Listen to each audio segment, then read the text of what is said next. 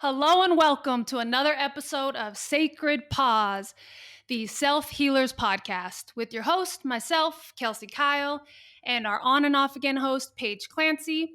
We are so excited about our guest today. So excited. She's a reverend, she's an oracle, she's a witch, she's a medicine woman, she's a rewilding, and sacred ceremony guide. She's the creator of Earth Temple. And she's the first spiritual being that I've ever met in person. And this was, like 4 or 5 years ago? Like 4 years ago, this woman came to a brunch at Sean and Yasna's, Paige's dad's house. And I happened to be the one to open the door. And I opened the door, and then this wave of energy came over me. I was like, what the fuck? It was a feeling I've never felt before. And this was before I did any plant medicine or did any work on myself. So it was the weirdest feeling. I was so overwhelmed and confused. But now I know, looking back, that you're just a deeply, deeply connected spirit. And it was just love coming at me. So I'm super excited, and I'll stop talking. Please welcome our guest, Reverend Briana Lynn, to the show. Thank you so much for taking a sacred pause with us today. Thank you, Kelsey. That's quite an introduction. I love it so much. And thank you for inviting me on. I love to support podcasts that are having the conversation, especially around self-healing. I think that is one of the most empowering and important conversations to be having. So thank you for inviting me on. Thank you. You want to say anything? Yeah, no, just so great to be with you now. And it's just, we've come so far since we were with you in that first ayahuasca journey. And I mean, wow, there's stuff I want to unpack from that too, and your experience, if you remember what kind of went on there. But that was just wild for Kelsey and I. So maybe we can kind of start with the plant medicines. Sure. And dive into that. Or what do you? No, I actually want to start with just your story, and if anything stands out that really led to the woman you are today, to the amazing work you do today, that would be a great place to start, I believe. Yeah, thank you. As most self-healers know, a lot of our greatness came from the shit. So I would say from an early age, I was very blessed and very appropriately challenged to receive some really weird shit in my life. And I was raised in a born-again Christian household that believed in the speaking of tongues and the removing of demons and entities. So I started training in the spiritual arts around the age of 4. Diving deep into receiving energies into my body and how to translate them into sound, into strange sounds, and also how to extract energies from people that were causing loops in their system.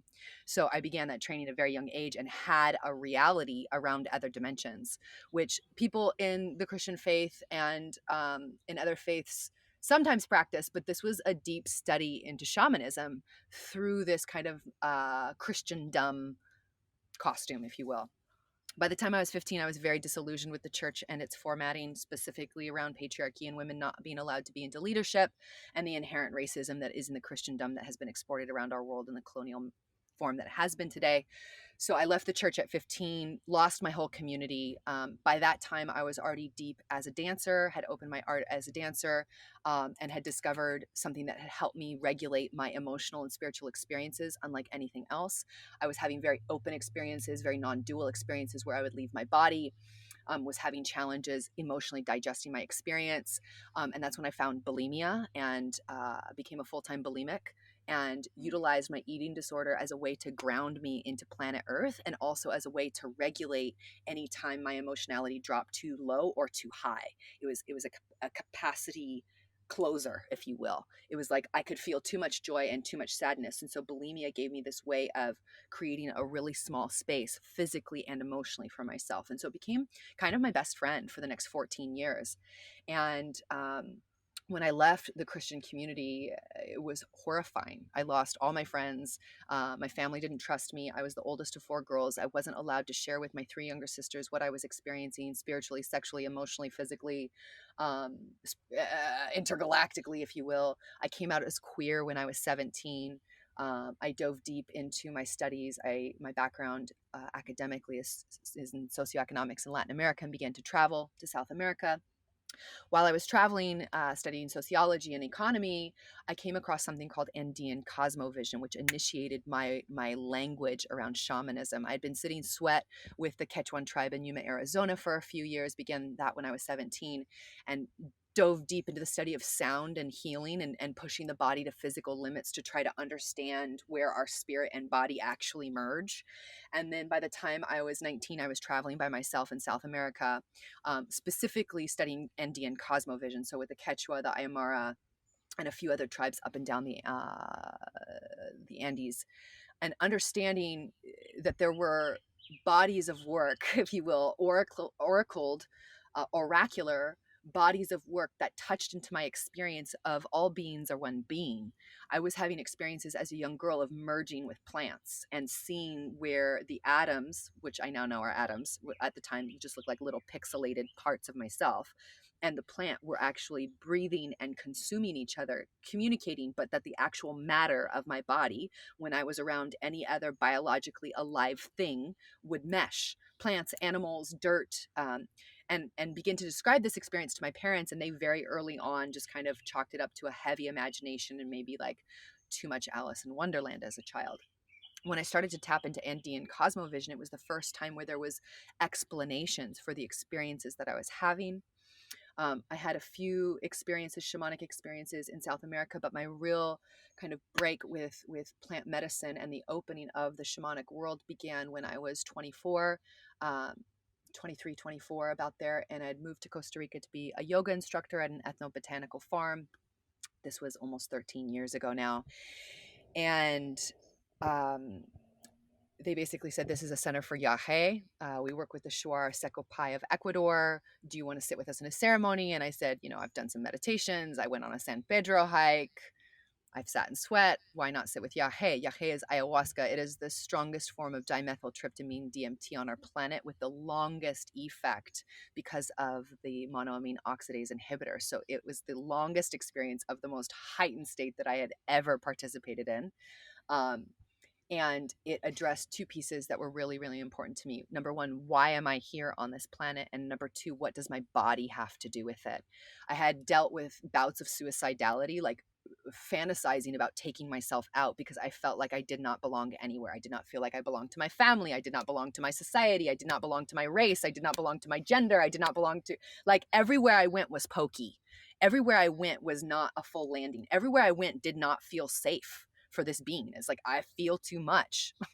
I can feel everyone's experience. I can feel everything that everyone's not saying. What the fuck? Like, what do I do? Is this being? And when I sat with Yahe ayahuasca, number one, she told me that my purpose was to feel it all and to give everyone permission to feel it all. And number two, that the experience of God happens in the body, happens in the physical body, not as a concept, not as a philosophy, not even as a practice, that God is an experience of the body. And so much of my time up until then had been rejecting the body, literally throwing up my nourishment, trying to get out of my body. I was on a slow suicide track with the addiction that I had chosen and had chosen me to support me in this emotional capacity, given the context that I was in. And so this awakening to that my purpose was to give people permission to feel it all, and that the way we experience God is through the body. I was both elated and pissed. Like, I was really hoping it was going to be like, you got to do this meditation, or you need to move to India, or you need to sell all of your things and reject your family, reject the body, and go live as a Maharishi in the fucking woods. That would have been my dream come true. But instead, the medicines told me, your work is actually to work with people in their day-to-day lives and support them by giving permission to feel all of the human experience through the body as the main vessel of learning. And so since then, for the past 13 years, I've been dedicated to studying, training, and understanding what is the wholeness of human experience as it is felt in the body, and supporting individuals, groups, and large collectives to get clear on what their own purpose is through the felt experience of God, elation, orgasm, desire. The way that we do that is by clearing up past traumas in this lifetime, other lifetimes, and then the family lineage, and supporting individuals to get clear on their vision, so that the addiction of being worried about the future, which is specific to Western consumerism, but when we focus on vision rather than the obsession about the future, we can shift that energy from obsession into productivity, effectiveness, efficiency, fun, and flair, and really emphasizing the fun and flair there, which is so outdated in our Western culture, but really coming from that place of aliveness, that place of passion in whatever it is that we choose to dedicate our lives to. So that's the short version of my life. And I currently reside in Pacific Palisades, California, where I run the Earth Temple, which is our center of prayer and school of shamanic arts, which is completely dedicated to the transformation of the individual to end all wars with self, other selves, and the world itself, so that we can ultimately live on as peaceful people on this planet, but specifically for the women and children to be able to walk around safe in any city and any place on the planet is the goal, is the vision for the Earth Temple in this lifetime. Wow. And for all generations to come. That's beautiful. How could you be so wise and so young? Like, what the? Like, for real. Yeah, you're like an old person at heart or spirit. But visually, very young. Thank you. Thank you, Kelsey. Thank you, It's a good Paige. paradox. I like it. It's a good combo. Oh, boy. There's so much to unpack there. Go for it, please. Processing. Yeah, wow. Where, I guess, I need to get closer to the mic. So you talked about the Earth Temple, you created that, the base is in the Palisades. What does that entail? How does that look? And I love the vision of healing women and children and making the earth a safe place for them to walk.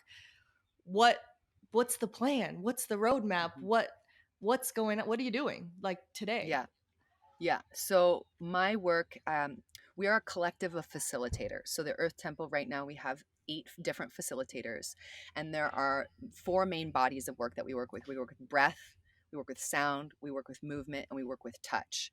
So breath is all about teaching people how to breathe deep in their body. It's not just breath work. It's about actually understanding the nervous system and supporting people in the subconscious programming to get out of fight or flight. So we do coaching, we do spiritual coaching, we have neurolinguistic programming, NLP programs, we do family lineage work. That's all around breath.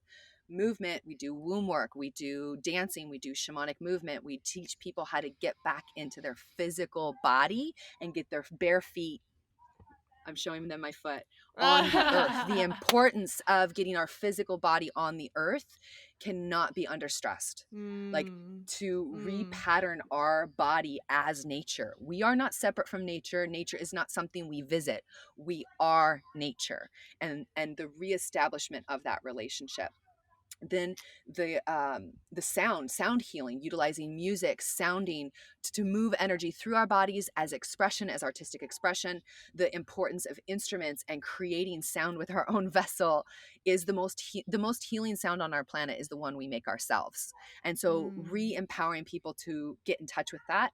And finally, it's touch, physical touch, body work, touching ourselves, and then touching in with spirit, prayer, teaching people how to pray again. And so we have spiritual mentorship for one-on-one individuals. We have group trainings and programs. We do weekend trainings.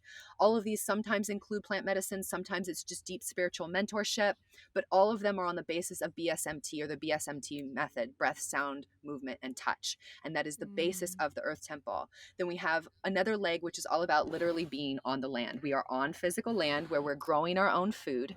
The importance of us being in touch with where our food comes from, and then also a place that's safe for all generations. So we just gave birth to a baby 2 weeks ago, one of the dear sisters on the land, and I got to catch the baby. It was a breech baby that I got to catch. That's a whole other story that we could go into. Like, my life is so fucking magical. I can't. I caught a baby on the land. But creating spaces where the women and the children are making the decisions. We have 8 women on the property and 2 men, and that seems to be about the ratio that is safe. Wow. Right now, the male gendered individuals, in my experience, have not reached a point where equal ratio of their bodies and our bodies in a space is actually safe yet. Ooh. In my experience, we need to have enough women to take down the men if we needed to. So in terms of like directly addressing the patriarchy, I find that it's important that women are gathering, and that it's either an all women's leadership, or that the ratio is about 5 women to 1 man. Does this depend on the man or any man? Just only one? The man, in my experience, the male-bodied individual needs to be completely devoted to the women being the leaders. Okay. That's the requirement. Okay. That is something that I feel like Oh, would trigger man. a lot of people to hear. Yep. You know, it's like, It triggers what's a lot of wrong? people to hear. Yeah. Yeah. It does. Wow. Can you like just talk more about that? I just like want to Yeah. hear more. Like it feels right, and it feels like such a bold statement. And how did you come to that? And where do you see that taking you in the world? Yeah.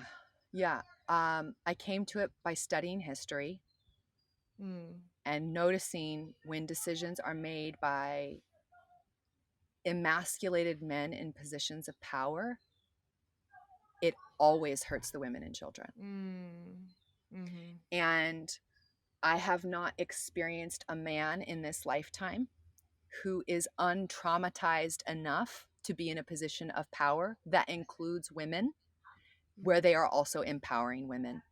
Mm-hmm. Yeah. So in the isms conversations, racism, sexism, genderism, classism, ableism, for me, the first one is sexism, and understanding that the gender divide, especially within Christendom, which is the largest ruling religious entity on our planet currently, to start to unpack these pieces, we get to choose what in our life will be examples of unpacking that ism. So for us at the Earth Temple, the first ism that we're committed to unpacking is sexism. The second one is racism. We're deeply connected with the Tongva Gabrielino, which is our local native tribe in the land that we live on. This is Tongva land. We're deeply connected to the LA Black Lives Matter movement. We sponsor all Black-bodied events and spiritual practices. So there's a place where in each of these isms, to be a spiritual leader is to be fully aware of how we are all one, and to be fully aware of all the pieces in our reality where that's not being propagated. Yeah. So myself as a student of life and spiritual leader, my work is to keep my eyes and heart and body really open to what the reality is. I know we are all one. We do not live in an equitable world. My work as a spiritual leader is to make that bridge, right? It is about individual awakening. But once the individual is woke, their work is to wake other individuals and to bridge the gap between what is all beings are one being and the reality we ain't acting like that shit. So that is spiritual work. That is the actual ultimate pinnacle of what spiritual work actually is, bridging the what is with what we know it actually is. Yeah. Yeah. Wow. So how do you continue to stay open? Do you have moments where you're just not open at all? Oh, girl, I contract all the time. Just like contraction Okay. and just oof, oof. Okay. It's a practice, right? It's Yeah. a commitment to openness. It's a commitment to being fucked open by life, like allowing whatever comes through to really like penetrate myself. My beloved is God. My beloved is source. My beloved is the universe. And to receive whatever comes my way as spiritual curriculum. Everything in my field is either the expression of love or the expression of something wanting to be loved. Everything that comes to me, every person, every expression, every message, every possibility is either the expression of love or the expression of something wanting to be loved. And choosing how and how much to integrate and interact with each one of those touch points is, discernment and becoming more and more present. I would say the big three things that have shifted my ability to be in the loving is a rising ritual, like a non-negotiable morning practice. Whatever spiritual tradition you come from, they will all say, fucking get up and pray. First thing you got to do is pray every day. The way we set our intention for the day is the ultimate spell for what we're creating. So doing the same rising ritual every day. And it can change. There are times where mine is more movement based. There are times where mine is more sitting based. And I have a whole practice that I now share with people. But the important piece is that we're committing, especially those first 2 hours of the day, only to our relationship with the God, goddess, I am, source, universe, whatever you want to call it. The word God and I have gone through a recent healing, so I'm really liking that word again. There are times where I don't like it because it can get really dogmatic at times. But whatever it is that you want to call the force that lives us and is greater than us, that which is me and greater than me, whatever you call that, work with that.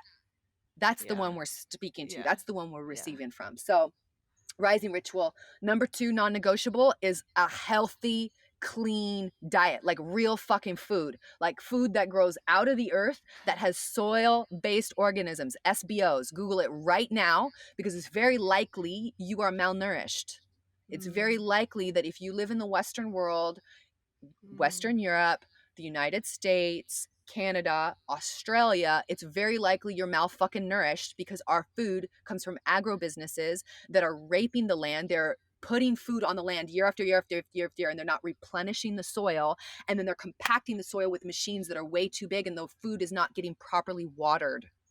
Most of us are walking around mal-fucking nourished. We need some greens. We need some spirulina. We need some chlorella on tap. We need spring water, not distilled, not filtered. You need water that is alive coming from the earth. So that's number 2, non-negotiable. Rising ritual, number 1. Number 2 is like, know your food, know where you're at. Number 3 is support of the tribe. Like, I live in a community right now, and it is hard as fuck. I get why people want to be isolated in their own house. It's like, it'd be so much easier if I didn't have an intimate relationship with 10 people. Like, it's a full-time job to live in community. And it is also the biggest reclaiming of our tribal systems. The first thing that the Romans did when they expanded into Europe and into Northern Africa was take away the tribes, was take away tribal living, was modular people into their own individual houses and tax them according to families. Yeah. Oh, yeah. Wow. It's the first thing the Mongolians did to the indigenous Chinese when they rampaged across their country for almost 1,000 years. They took out the tribal systems, they disconnected them from the earth and put them in stone houses so that people couldn't feel the power of the earth and the power of each other. We, the people, have the power. We are the 99%. If we wanted to change the planet, we could. The challenge is the organization, and we get so fucking frustrated with our interpersonal relationships, we just say, fuck you, I'll get new friends. How many times have we said, fuck you, I'll get new friends? That is consumerist capitalism, Christendom. That is the control of the Illuminati, whatever you want to call it. Those who tax us, those who take our dollars and import them to the Middle East so that they can extract oil and keep us on the same system. As long as we're separate, that will continue to happen. So the biggest revolution and evolution is going to be tribal living. And it's hard, and I have no idea how to do it. And I'm in the middle of creating a blueprint and learning blueprints and in this question, but I know it is the biggest act of revolution is going to be growing our own food and living in tribal systems again. And it is really, really hard. But those, I'd say, were the 3 things that when I'm out of my center, when I'm crazy as fuck, I have my rising ritual to come back to, practices to come back to, a deep, deep connection with my food and my body and that source. And number 3, I have people that I love and trust and not only want to live with, but I would die for. These are people I would die for. Family, deep, deep, deep tribe. That's beautiful. A couple things came up for me. I mean, you went super deep and but just like some random questions that I know would help us with the water. Like, we're struggling with our water right now. We're like, don't know what to drink. Like, do you have a suggestion? Are there brands we can buy, or is there something we should like put in our house that we can get that gives us that natural spring water? Yeah, I wish there was something in our house that we could put it to get natural spring water. We gotta find natural spring, right? So shortcut. I want to give a shout out to Anna at Embodying Anna. She's an amazing, incredible witch sister. I got to meet her when I was 29 years old. She was one of my students on a program that I was leading in Bolivia and Peru. We've stayed in touch all this time. That was like 6 years ago, and she now lives on the land where I live. So relationships never end; they always transform. But she's a water aficionado, so she'll take our glass jugs, 5-gallon, 3-gallon glass jugs, and literally go to the mountain spring and fill them up for us. Wow. You guys are in Utah, right? Yeah. Yep. There's springs all over the Wasatch. So all you got to do is go on Google and like springs where I can fill up my own water source, and you buy like 5 or 6 5-gallon, like either the PVC free or the most ideal would be glass bottles, and you just go to the physical spring and you fill it up. You don't have to filter it. You don't have to do anything. You usually test spring waters, and on the website they'll tell you what the pH is and what the mineral content is. You can literally go fill your own water. That's what I would use for drinking. Okay. Washing your vegetables, washing your body, like I would say get like a Kangen or like another like highly filtered system that can be very useful. But for the drinking water, I'm an advocate for spring water. Dude, easy. Awesome. Done. Perfect. Easy. Done. It's usually free too. Like, and it's sometimes cheap. you pay like a $5. It's cheap. $5 entry fee, and you can fill up as many glass bottles as you want. And between the two of you, you probably need like 10 gallons a week. Yeah. Okay. Cool. That's excited. 2 bottles. Yeah. So if you got 6 of them, that would give you 3 weeks worth. You go every 3 weeks. Like, not difficult. Yeah. Not difficult. Not what we're used to, right? Like just drinking out of the tap and things like that. And as soon as you start to research what fluoride does to your system, what added calcium does to your system, what any sort of like the filtering process that our city water goes through basically strips it of all life. And what we want is living water, not just the water molecules themselves. When they're coming out of spring water, water molecules are moving at a faster rate that our body can actually absorb it. Almost 80% of the water that we drink gets peed out. Wow. Right? So we're not even absorbing most of our water. Spring water, we can absorb over 50% of it. So it's like the water that we're drinking, a lot of it's just running through our system because it doesn't have bioavailability. When water is absorbed, it has to fit into nodules into our stomach and into the stomach lining. And if it doesn't fit, it'll just pee out. And the majority of our city water, the nodules are so big, it doesn't fit because it's been over processed. Holy cow. No one knows anything. Wow. Nobody knows anything. Yeah. Drink water that comes from the earth. It's free. It's now, like, I want to be a real advocate. Like... I'm not saying go drink from rivers. You got to find a spring where the water is coming out of the fucking mountain. And this is the first time it's really taking in oxidization from this dimension, right? It's coming down from the aquifer and then coming out of the spring. Drinking out of rivers, that's a whole other conversation that we've got to talk about filtration. Drinking out of waterfalls, that's a whole other conversation we're not going to get into today. It's possible, but you just have to worry about like animal shit and grass runoff, things like that. So that's another conversation. Berkey water filter, go check it out. You can filter your spring or your spring water and your river water in a Berkey water filter. I'm not associated with them in any way, but that is the closest way. Carbon, activated charcoal, carbon filters is the way to go if you need to filter water. Little we have a Berkey. People can all go Google. Yeah, Berkeys are the best. Okay, so but we fill that with our tap water? You can fill that with your tap water, but it's just not going to give its aliveness. It will take out, especially if you have the anti-fluoride filters, which are very important. That's the white ones. So you come with the black ones naturally. You have to buy the white ones, which take the fluoride out, which is what you need. If you have those two, it will take the fluoride out of your water, which is a big upgrade. But the most ideal would be to have your spring water and then run that spring water through the Berkey in case there were any microorganisms that weren't detected by the tests. Got it. We are struggling hardcore with our Berkey. And let me tell you, we've had it for 2 years and we never got the white filters. So we've just been like drinking it without the white filters. And we thought we were like super healthy and great water. But yeah, I guess you're better than most people because those carbon filters do take out a lot of the additives. That does help. And it will take out any microorganisms that are either in your pipes or in the city pipes because there's a lot of them. It's gross. But what it's not doing is it's not taking out the fluoride that is added to our water. Yeah. Which calcifies our pineal gland. And why is that added to our water? Because, well, we can ask Adolf Hitler. It was his idea. So he was the first one to add fluoride to public water. And the idea was twofold. One, it was that it would strengthen people's teeth. And two, calcification of the pineal gland makes it easier for people to be mind controlled. It pacifies people. Holy cow. And so when your children are getting fluoride on their teeth, it's not good. We should never be taking whole minerals unless they come in the form of food or water. We should never be adding minerals to our body, ever. It is way too harsh on our livers. Like taking iron supplements, that's the stupidest thing ever. Eat some arugula and fucking go slaughter a cow and eat some red meat. That's my opinion. It's totally not supported by any doctor or the Doctors Confederation of the United States. Not supported medically. But in my opinion, what is bioavailable and what my experience is what is bioavailable for the body is food and water. The way we should be taking in our nutrients does not come in the form of pills. It comes in the form of food and water. We often need to supplement with things like chlorella and spirulina and perhaps some other herbs, plants, because our food is so nutrient deficient right now. But we should not be expecting to be able to take a mineral that is not bioavailable for your body. Go swallow a piece of metal from your car. See how that digests. It doesn't. It doesn't. Our body is meant to receive minerals in the form of food and water. So anything that has been added to our food or water from an outside source, from a synthesized source, will not be digested by the body. As a matter of fact, it will wear down our body's system because it tries to break it down and integrate it. It's going to tax our kidneys. It's going to tax our liver. It's going to tax our gallbladder. It's going to tax our spleen. It's going to tax our essential organs to just try to turn it into food. Wow.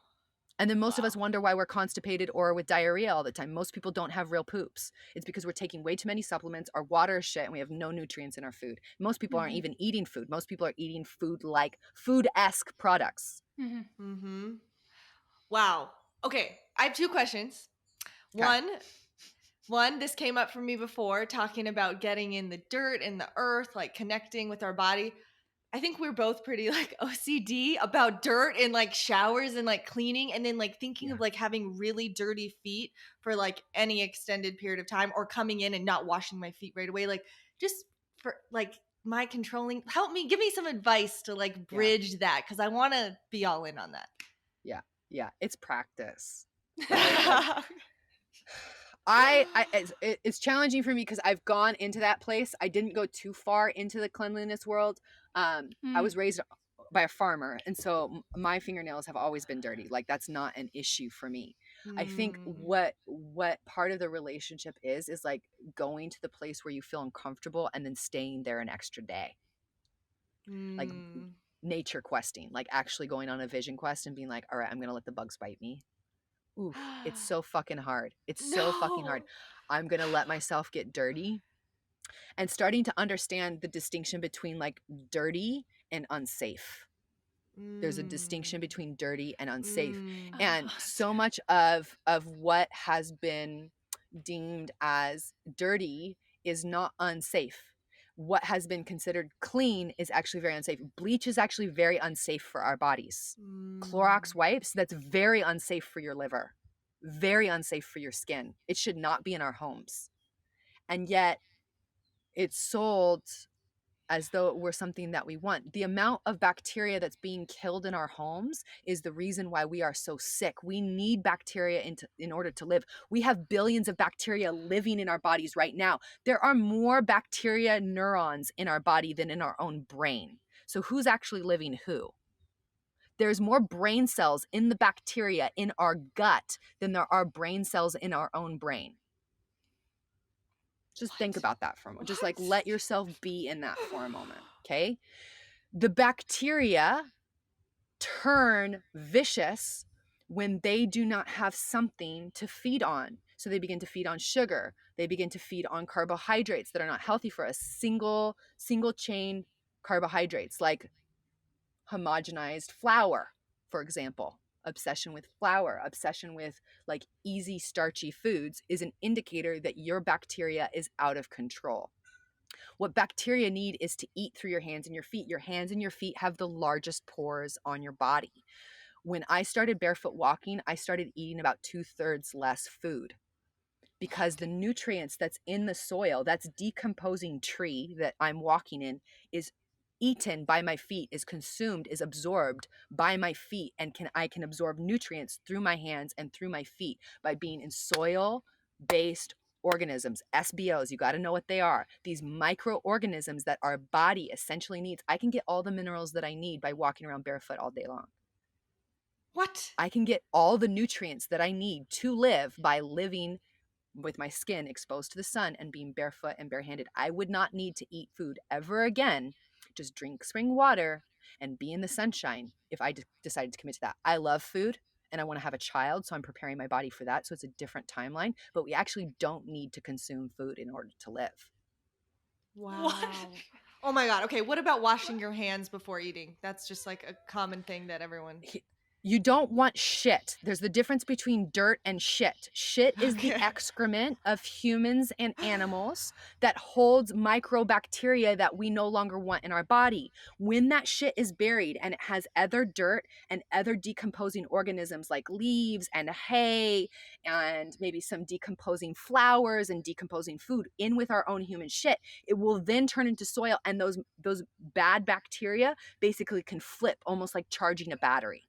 It takes about, depends on how hot it is and what the compost style is, but to turn shit into fertilizer can take anywhere between 3 days and 2 years, depending on what style you're using and what process. I'm not going to get into that now, and I'm not a biodynamic farmer, but those who are biodynamic farmers, anyone who wants to know about this more, study biodynamic farming, study compost toilets, study permaculture farming. These are very, very important of how to turn shit into gold. What we are throwing into the oceans without processing it properly, you remember scatter goods right there in El Segundo, what we are turning from our shit, literally when we flush our toilet, we are sending our shit straight into the ocean. We need to be burying it and processing it so that it can then become fertilizer for the land. We do not want to step in straight shit. We do not want straight shit on our hands into our mouth. That is not what we want. What we want is soil that is highly nutritized in our fingernails and in our feet. Okay? So that dirt is actually not dirty, and we want to eat that all day long. We want to let our kids eat it. We want to let our animals eat it. How come our animals never get sick and they're dirty as fuck? It's because they are consuming soil-based organisms that are good for them. When do they get sick? It's when they get sick because they've eaten human food or they've eaten shit. When they've eaten poop, that's when they get sick. Uh-huh. So the cleanliness factor comes when you wipe your ass. If you've stuck a finger in it or there's something that might be remnants on it, yeah, scrub the shit out of that. And because we as humans, especially in the Western culture, don't use bidets, but luckily in Europe they do, the best thing to do would be to clean your ass with a wet, warm cloth or some water and not use your hand to get into a crevice where there's likely to be bacteria that you don't want to put in your mouth. Yeah. We've got a bidet, That would be Kelsey, the see? logical, but bidets are the way to go for sure. Yeah. But washing your hands, the big thing is like if you're gonna eat and it's potential that you've been around shit, wash your hands. That's a good idea. You got extra dirt on there. You don't want to necessarily taste the dirt. Yeah, wash your hands. That's fine. But the antibacterial movement, the 99.9% of germs, like you're killing the food for your body. You're destroying your intestines. So many people have the small intestine overgrowth of bacteria or bacteria overgrowth, what's known as SIBO, S-I-B-O. It's because you've taken too many antibiotics and you've used too much antibacterial fucking gel on your hands. And now there's no good bacteria to digest your food. So why are we all so scared of germs? Why? Because it's a business. Oh God, yeah. Pfizer, Johnson & Johnson, the Center for Disease Control are all multi-trillion-dollar businesses that are based on us having lots of cancer and needing to be disease and germ-free. Yeah. It's a brand. Antibacterialism is a branding ploy. Mm-hmm. Fuck. Mm-hmm. What's your opinion on alcohol? Consumption of alcohol? What? It's great as a tincture. Like, we need alcohol. It actually extracts the matter from plants. So when you sit rosemary in like pure vodka, it extracts all the power of plants. And then you can take a little tincture of that and get the whole power of the immune system of that plant because the alcohol has taken it out of that. A little bit of honey mead with like local honey that's then been taken for 40 days and made by a fucking Jesuit priest with prayers prayed over. I'm into that. Southern Italian wine where it's like made and the grapes are just right. There's a history and a culture to alcohol that's very, very important, kind of like plant medicine. If we're taking it in order to escape our emotional reality, we are a part of an addictive cycle that's all about keeping people's emotions really, really, really suppressed so that nobody revolts against the Illuminati. That's really what alcohol is. Let's be real. It's to keep your emotions in check so that you don't realize how fucked up your life actually is. Most of the time. Most of the time, I'm bored. Let me drink. I'm feeling something. Let me drink. I'm not feeling anything. Let me drink. Yeah. If you want to enjoy like an amazing glass of wine because it's that moment, it's with the meal and you're doing the thing and you want to cheers, it's that moment. Alcohol is meant for that moment. If it becomes a daily practice in order for you to feel something or not feel something, that's an addiction. Yeah, totally. That's good. So I'm not against it. Yeah. Plant medicine? Oh, yeah. I want to talk about plant medicine, but one more thing. You mentioned you're preparing your body to have a baby. That is so amazing. I didn't know that. Exciting. I'm so excited for you. Thank you. And I'm not pregnant now. Okay. But when it's like the preparation before the child is to inhabit this vessel, she just wants to clean house and make sure it's all cozy in there and that I've got most of my shit cleared up so that I don't leave too much generational trauma onto the next little one. You know, general stuff. Okay. I want to do the same thing. We're on that path as well. So congratulations. What are you doing? Thank you. Yes. Food, like the importance of greens. Think green turns into red and red turns into red. So like beets, all your leafy greens, multiple servings of greens per day, smoothie per day with spirulina, with chlorella. Purium is an amazing brand. I'm not endorsed by them. Purium is an amazing brand that has an incredible appleberry shake that I do every day as like a boost for greens. You want to think greens, reds, purples, like eat the fucking rainbow. It's Pride Month, baby. Eat the rainbow, like all the colors, not the Skittles, but anything that grows from the earth. Grow your own garden. Like start to plant things that you're interested in growing. You guys are already deep with the pet world, but like having things that you can care for right now and nest in that space, go for it. Name the top 3 things that you're still looping about that are non-negotiables that you get to complete before the child enters your womb. Ooh. I like that. Some clearing exercises, and then start talking to the baby. Like I'm talking to 3 different little souls that want to come in. Just be like, hey babe, like what's your name? What do you want to do in this lifetime? Like what's your favorite color? It changes every day. Mine changes every day. Introduce them to the places of like what might be their bedroom, what might be their space. Like start to interact with this one as though they were already here. So those would be my suggestions on preparing for a little one coming. It's so exciting. Oh, I love it. That's so cool. Oh my God. Such good insight. Okay. Oh my goodness. One of the things looping that I want to release and heal is my fear of plant medicine, specifically ayahuasca and psilocybin. And the fear of ayahuasca came from that first ayahuasca journey with you. And Kelsey and I, the next day, were like, we are never doing that again. That was like awful. Like that was like death. And then we did it 2 years later. But so we had that 2-year break where we're like, no, not for us. Yeah. What occurred for me that night, one thing is that it made me realize everything I knew or thought I knew about the world and what was going on was totally false. And I was in a totally different world that I never fathomed existed. And it scared the shit out of me. I couldn't, I mean, you were working on me on the healing mat in the middle, and I was in utter agony and resistance and just wanted it to end. And that I've done it 6 times since, and I still have that story though. I'm like, okay, I want to do it because I know I'm going to have a lot of benefits, but I want it to be over. I can't wait till when it's over. And I really want to let go of that. And with the psychedelics, and I feel that with mushrooms too, I haven't ever really dove into mushrooms. I've microdosed, but it scares me to lose complete control like that and be in just a totally different world. Yeah. And that's a majority of people, I would say. There's a significant amount of people specifically in our culture that are deathly afraid of losing control. 100%. Notice that the relationship is to control, not to plant medicine. Yeah. Wait, say that totally. I didn't get that. Repeat that, Brianna. Notice that the relationship is to control and not to plant medicine. That plant medicine is just one area where you losing control is a threat to what you consider to be safe or normal or status quo. Where else in your life do you start to notice that you might be losing control and you just like read it all? Nope, not going there. Cool. Not even going there.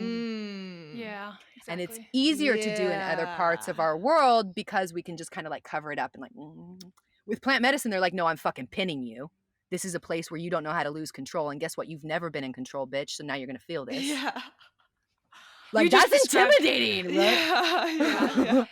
She pins you. She fucking pins you.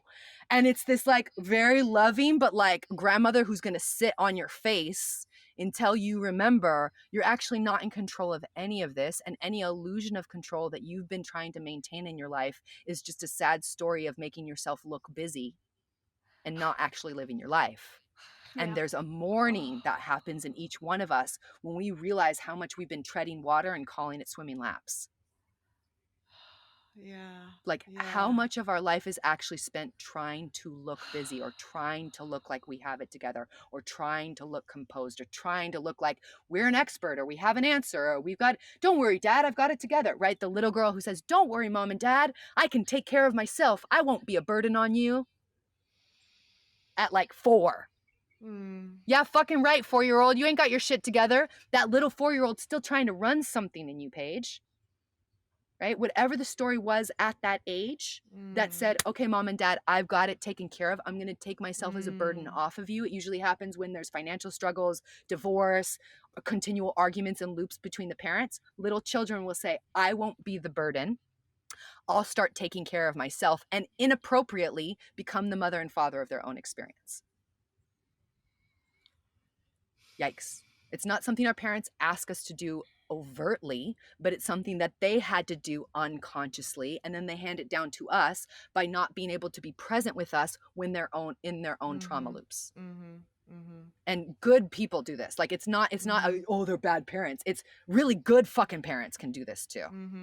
It is an unconscious way in our system that we hand down our trauma to our children. We do not include them in the process of difficult conversations. And when children are not included in the difficult conversations, they can feel that exclusion and they blame themselves for it. Oh, I am the reason why I'm not being included. So therefore, I won't be a burden on mom and dad, and I will take control of my life by being a star student or by being a drug addict. That's usually the way it manifests, as the rebel or as the straight A, type A personality. What I'm talking about with you, Paige, is the type A personality. Yes? Yeah. The one who gets it right, the one who knew the dance before the choreography was completed, the one who could premeditate the teacher's like energy. And I'm making like a weird smiley face as a way to like almost premeditate the energy that was coming beforehand. Like you would have been the top exec's like ideal personal assistant. Yeah. Ding, ding, ding. It was right? awful. Horrible, because you're not here to be anyone's assistant. You're here to be your own fucking diva. But like that role becomes our niche of like, I know how to control things enough to make it look like we're in control. Oh my It's God, an illusion. yeah. We're never in control. It's gravity. Like what? No. And other than that, we ain't got no control. We don't have control over our feelings. We don't have control of our thoughts. We don't have control of what's happening to us. We are in a co-creative universe where we are contributing to that which is being created, but we are not creating our reality. Let's bust that new age spiritual bullshit right now. We are not creating our reality. We are co-creating our reality with a benevolent force of all inclusiveness that is here to activate our spiritual curriculum so that we don't fuck this shit up and make ourselves eject off this planet. It's not save the planet. It's can we save the humans? Can we create an ecosystem that we don't eject ourselves from by repeating the trauma of our fathers and mothers again and again and again and again and again and again and again and again. So your relationship to the illusion of control is the issue, not plant medicine. But plant medicine is going to pin you until you actually get in rapport with the little girl in you that's still trying to control the appearance of goodness or perfection or whatever it is that you're trying to uphold in that young space. I'm not saying that you is the conscious one, right? Because like you and I can relate and you're like, oh, it's so fucking silly. But that young one that needs to appear fill in the blank is going to continue to do that until you sit with her and say, actually, baby, there is no control. I'm going to surrender into this death now and let myself go. And you can do that through hypnotherapy. You can do that through spiritual mentorship and coaching. You can do that through plant medicine. You can do that through nature questing. There are many ways. Plant medicine doesn't have to be the way. Psychedelics is not for everyone. Plant medicine is not for everyone. It's for those who feel the call. It's for those who feel the yes. And if you don't feel the yes, that's okay. There's transformational work available in so many different areas. Plant medicine is one tool. It is not the way. It is one way that I have found to be very effective to get into those places where we can play the fucking ego tap dance around a therapist all day long. Yeah. But not with Mama Aya. She'll come and sit on your face. She'll come and pin you down until you look at this thing. Okay, baby, I'm going to pin you right here. Nope, we're right here. Nope, we're still here. And you're like, oh, are we on the pretty color? Nope, we're right here. No more pretty colors for you. We're right here until you look at this. And it's like, can I look any? No, she's right here. So my invitation to you, Paige, is to start to contextualize this as your relationship to the illusion of control rather than your relationship to plant medicine. So good. So good. And I'm called to plant medicine and I'm called to ayahuasca and psilocybin, but I'm scared as fuck. And I'm like, no, I don't want to go there. I would love to figure out another way. But because I have so much fear, I feel like it is for me. That is my path to kind of get through that. One thing that you told me, and then we can change topic. Kelsey's like, my turn. Yeah, sorry. It's like, shit, man. Okay, I just realized this weekend I'm carrying something around that you told me after the journey, which was when you were working on my womb, that you just said it was black. You just saw black. And I'm like, that is, for me now, it's holding on to that story is not serving me, because I don't want to think that I have something there that's going to keep me from having a baby, or, that's creating my endometriosis or something. So it's like, I want to reframe that for myself. And maybe you're the perfect person to do it, since that was your experience of my body. Yeah. There's a song that came through me many, many years ago called There's No Such Thing as the Darkness. And it's called I'll speak it out loud. There's no such thing as the darkness. It's just a vast and open space. If you flew into the cosmos, you'd never find that dark place. It's just a beautiful forever that can scare the human brain, because too soon we will leave this place and walk into unknown terrain. All the while, we are learning to love from a place of truth and freedom, honoring our hearts and our lives as we are opening to the new human queendom. Like, black and dark is not a bad thing. Yeah. It's just big, vast fucking space.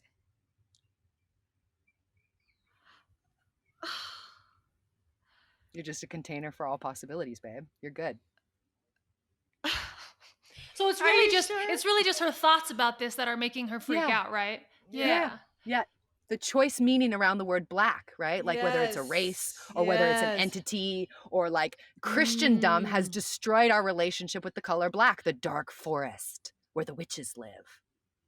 This is the fucking best place in the whole world. What are you talking about? Something black inside my belly? Yes, I'm a vast infinite vessel of divine pussy love. Like, what you got for me, babe? What you got? What you got? Like, reframe that relationship and then check in with yourself of like, is there something for me to actually clear and be in rapport with in that clearing? Like, we're not sidestepping that. Maybe there is something there that actually wants to be addressed, but it feels more of like the relationship to darkness, especially around plant medicine, gets to radically shift, because so much of plant medicine right now is still in the good and evil context, is still in like the evil entities and what might enter me. Like, no, there's no such fucking thing as that. We're all from love. Like, let's be real. Let's be real.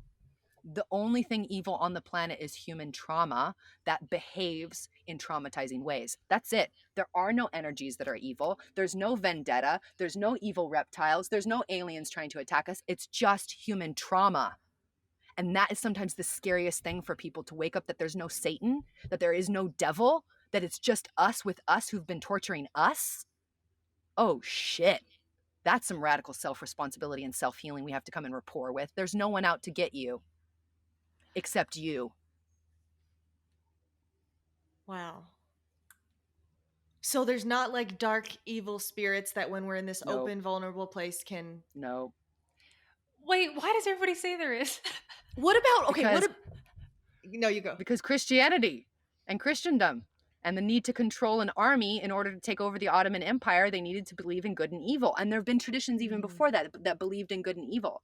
But for the pagan traditions, for the earth-based indigenous people from around the world, whether you're Celtic or Native American or Ojibwe or South African Zulu or Aboriginal from Australia, all of the indigenous traditions know that all beings are one being. There is no evil. Evil is living backwards. L-I-V-E-E-V-I-L. And the only people who can live backwards are humans. You don't see animals slaughtering other animals. A lion does not murder the entire fucking herd of gazelles.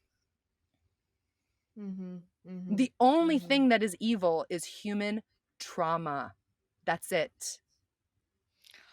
So how do you deal with this hard truth? It's a lot, and it's very fucking awful and scary. How do you deal with it every day? Because when I tune into it, I get very depressed, and it doesn't feel good. Yeah. Ooh, it makes it a lot easier to be like, there's some devil, right? Like there's some entity that has encapsulated themselves in this human, and that's why they're doing, they're schizophrenic, or they're, you know what I mean? Like, whatever it is, it's a crazy woman. It's just a genocidal maniac. Like, no, that's just human trauma. That's their father's anger coming out on an entire nation.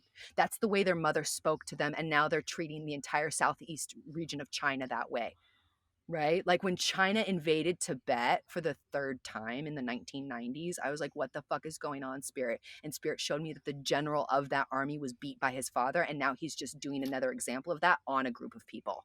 Yeah. Wow. Yeah. It's a big thing. It's a big thing to unpack. I don't have the proper answer for you, Kelsey, because here's the thing, is we have so much dogma in our culture of being like, it's this entity, or it's this energy, or it's because they're Muslim, or it's because they're this, or it's because they're white that they do this evil thing. No, it's because there's trauma in their lineage that they're now playing out. Trauma played out is saying, hey, help me. This is what was done to me, and I'm showing about 10% of the pain in this external act. Violence is an act of trauma. Gang violence is an act of trauma. Genocide is an act of trauma. Rape is an act of trauma. If we can start to see our rapists as victims of a trauma, how different of a conversation around justice would we be having in our systems? Not to justify, not to say that that's okay, because it's not by any means, but to start to understand that these things don't happen in a fucking vacuum because someone has been incorporated by the devil or whatever the fuck language it is. They've got the rapist gene, or they've got the white man's gene, or they've got the black man's gene. That's not why they're violent. They're violent because they inherited it from someone who caused trauma on their body and soul. And they are expressing the pain of that trauma in an external way because they have not properly learned how to breathe, sound, move, and touch themselves to digest their own emotional experience.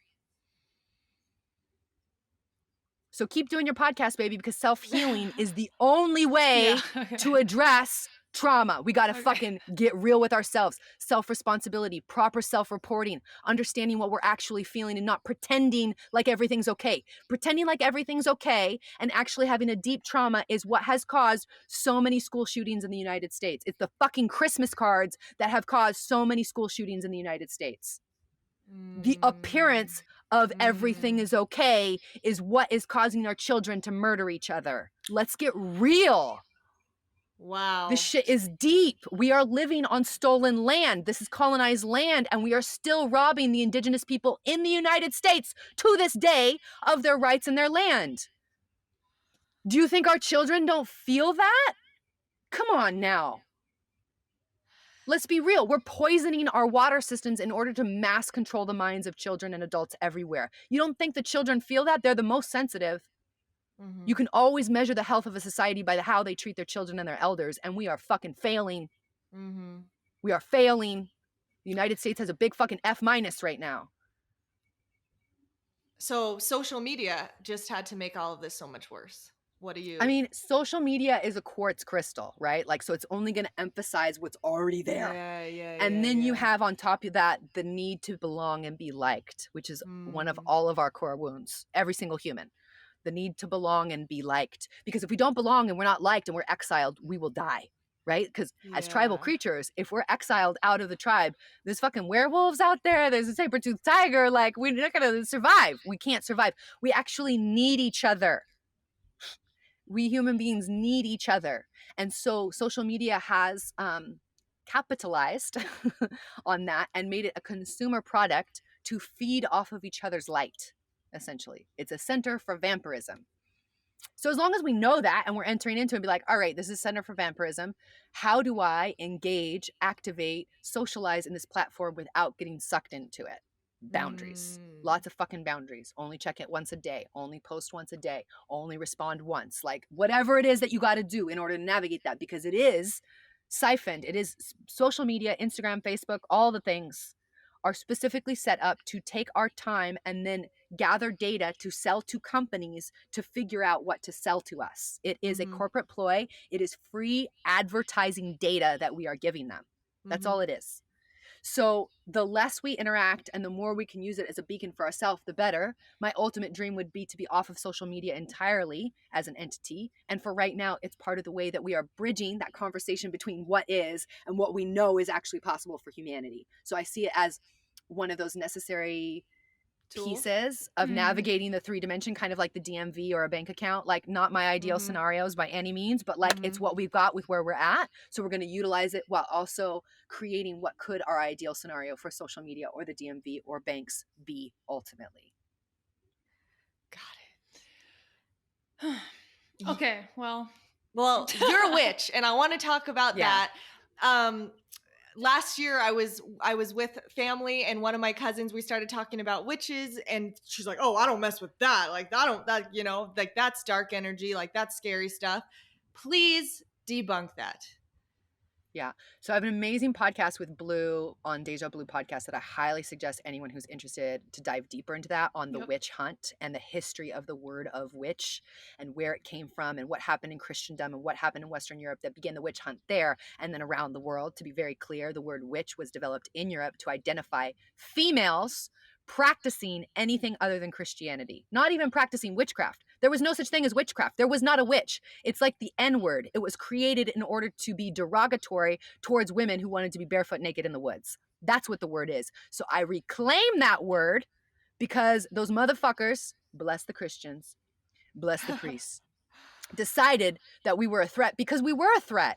We didn't want to sleep with them. We didn't want to give our sons to their Roman army. We didn't want to eat their fucking food. We didn't want to play their game.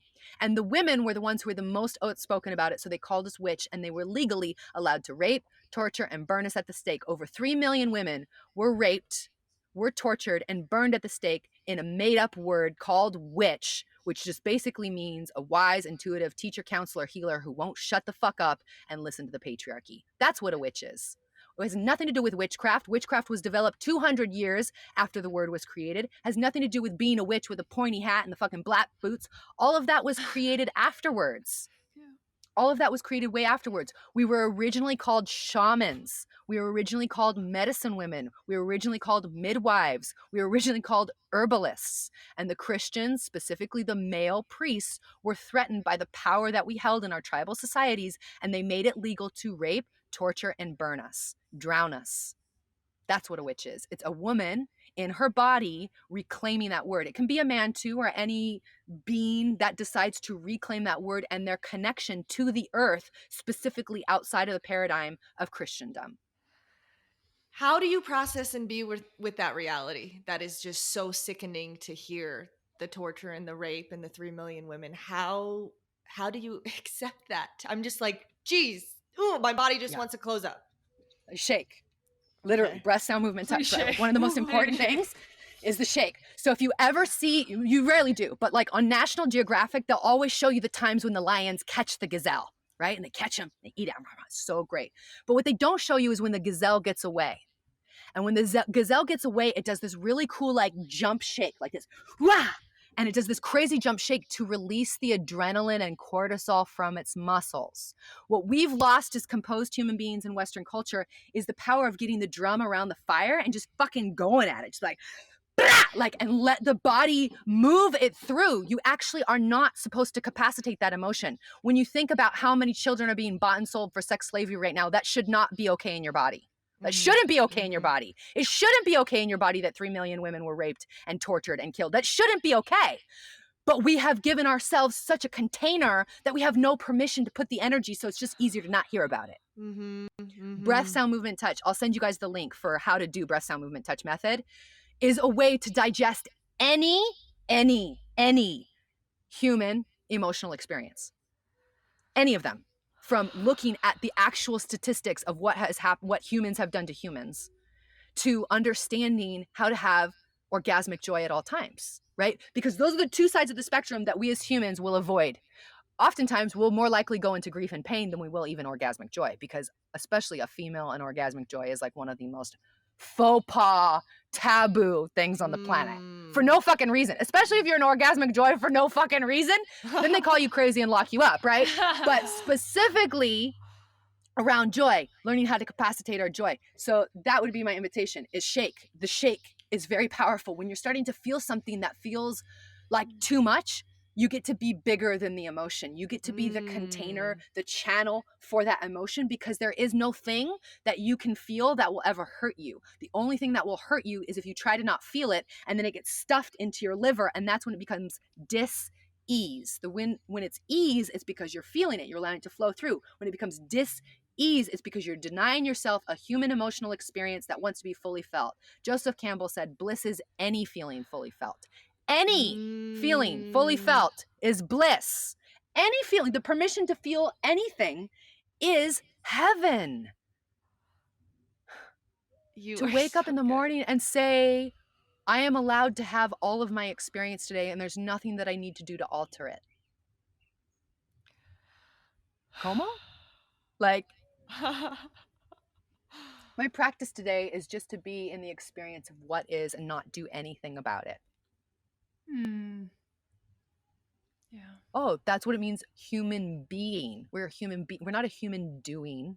We're not a human accomplishing. We're not a human income. We're not a human impact. We're not a human how many followers on Instagram do you have. We're a human fucking being. Our beingness is essential to our happiness, our bliss. And that comes from being able to accept that any feeling that comes my way is meant to be fully felt. If it comes to me, it means I am the one responsible for feeling it fully. How do we do that? We breathe, we make sounds, we move our bodies, and we touch in with ourselves and our bodies and spirit. And that's how you do it. Okay. You have so much to teach the world. It is like, holy cow. I could knew go on you were for something special. 5 hours. I And then, oh yeah, thank you for taking over the entire show, Paige. Sorry. Now the host has to come in and wrap it up. My God. Okay, I just have a couple final questions. We'll be done at 3. Yeah, babe. So I like to open it up to guests even more. If there's anything you feel called to share or ask us anything, that'd be real cool. Now's the time. Awesome. I think my question would be like, what would you like to see this podcast become? Like in your ideal scenario, what would you like to grow this into? Like what kind of community, what kind of people, and like how can we as those who are interviewees on this support you in that? Well, first of all, you just showing up fully as you always do is everything. Of course, sharing it on social media, that would be great. But really, it's just you being you and then sharing with us and with my audience. That's everything. You've done it all and you're doing the work every day, every moment in your life. So you're good. How I see the podcast going, I don't really, people ask me that, and I'm learning to just, and this podcast has changed a lot. So I'm just kind of learning to listen and learning to move with it.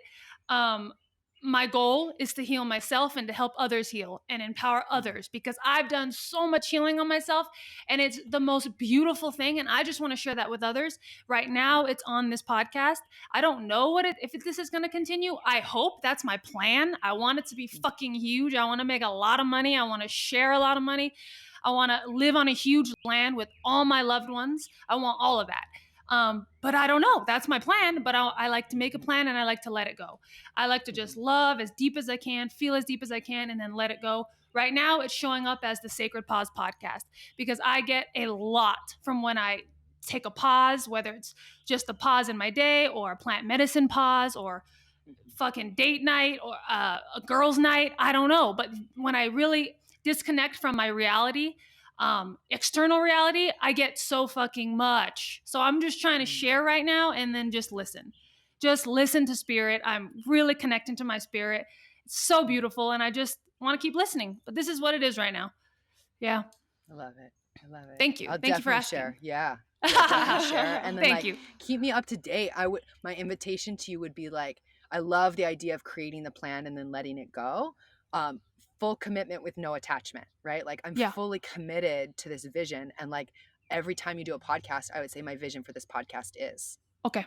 Done. Like, and name it. And as it changes, like no attachment to like how it changes. I'm committed to the vision, but like not attached to what it looks like exactly. But like bring your intention forward. That was one thing that was missing when I listened to a few of the podcasts was like, well, why is Kelsey doing this? Like, I think so often in these, it can be about the interviewees when what it's actually about is the relationship that we're creating right now. And part of the reason why I came on is because I could feel the intention of this podcast. I could feel the intention of you, and I love both of you. So that's a big part of it too. But to really name forward and be a stand for the vision that this podcast is an example of, is a piece of, would be my invitation. Hell yeah. Yes. Done. Of course. Thank you. Great clarity. Thank you. That's good. So I mean, everyone's gonna want to know you more. Everybody. So how can they connect you, and if you can share all your offerings, that'd be really cool. Amazing. So the best way is social media. It's all at Rev Briana Lynn. The name is in the show notes and all the things. Yep. So that's Facebook, Instagram, all the things, Twitter, all the things. I'm on TikTok, but not really like. So that's the best way to kind of stay in touch with the flow. I have a Patreon account, which has every podcast I've ever done from my own podcast to every time I've been interviewed. And that's a great way to check me out. Patreon.com/Rev Briana Lynn, just like it's in the show notes. No periods, no spaces. And then the website, theearthtemple.com, which is where they can find out all of our offerings. So we have weekend trainings, we have year-long trainings. I do one-on-one work with people. I'm a medium and a spiritual mentor. I'm a ritualist and a storyteller and a student of life. And so people will hire me for weddings, for funerals, for rites of passage, for one-on-one nature quests, for all the things. And I love being able to be a part of life ceremony. So reach out and connect, and we can create something. I'm really big on like curating events, specifically like rites of passage and weddings and funerals. I like sitting down with people and actually saying, okay, what's the arc of the ceremony that we want to take our guests on? Like, what are we going to take them on together, rather than being like, we stand and we do this thing and there's a prayer and there's this thing, rather than it being like a receiving of, it becomes an interaction, a circle. So a lot of times the events that I am a part of, the ceremonies that I'm a part of, whether there's plant medicine or not, is about the curation of the constellation of the individuals that are going to be there. So my favorite thing is to get on the phone with people and create incredibly powerful ceremonial experiences. You're very excited about that? You do. We looked at each other when you said weddings. We know who we want to officiate our wedding. Yay! I would be so honored. I would be so down. Yes. All of a sudden, God. I'm super excited to get married. That's so Okay. good. It can be rad. It can be a really rad day that is about your love and love as a general experience, rather than like the flowers. Yeah. That's my issue. I just think of, My issue too. weddings. It's just like, I don't know. I don't relate They to suck. that. Yeah. No, me Okay. neither. Okay, No, me cool. neither. Okay, cool. It's I feel a about lot better now. reclaiming the tribal ceremony. That's our right as individuals to create it exactly how we want. And there's certain pagan and traditional aspects that are in today's modern weddings that nobody has connection to around the actual meaning, that are really beautiful and deep. And so we do a combination of understanding what the actual tradition of the wedding is, and then creating rituals that are just for the two of you. You get to have your own rituals. That's cool. Ooh, Doesn't I have love to it. look like Yeah. anything. Oh my God, I can't wait to No. create that with you. It'd be so fun. So fun. Oh boy. Okay. Wow. I got excited. Okay. Last question. The podcast is called Sacred Pause. Just wondering what a sacred pause means to you. I love that. I was thinking about it actually when you sent me this, and I said, sacred pause, we need more of that. For me, especially because I'm a fast thinker and a fast mover, naturally, a sacred pause is that moment in between things, transitions. The breath, returning to the breath, returning to my prayer, taking a moment at the beginning and end of everything and acknowledging what has been birthed, acknowledging what is dying, and acknowledging what is being reborn again. That shamanic cycle of death, purification, rebirth, and integration, and then pause before we go into the death again. Okay, every beginning begins with a death.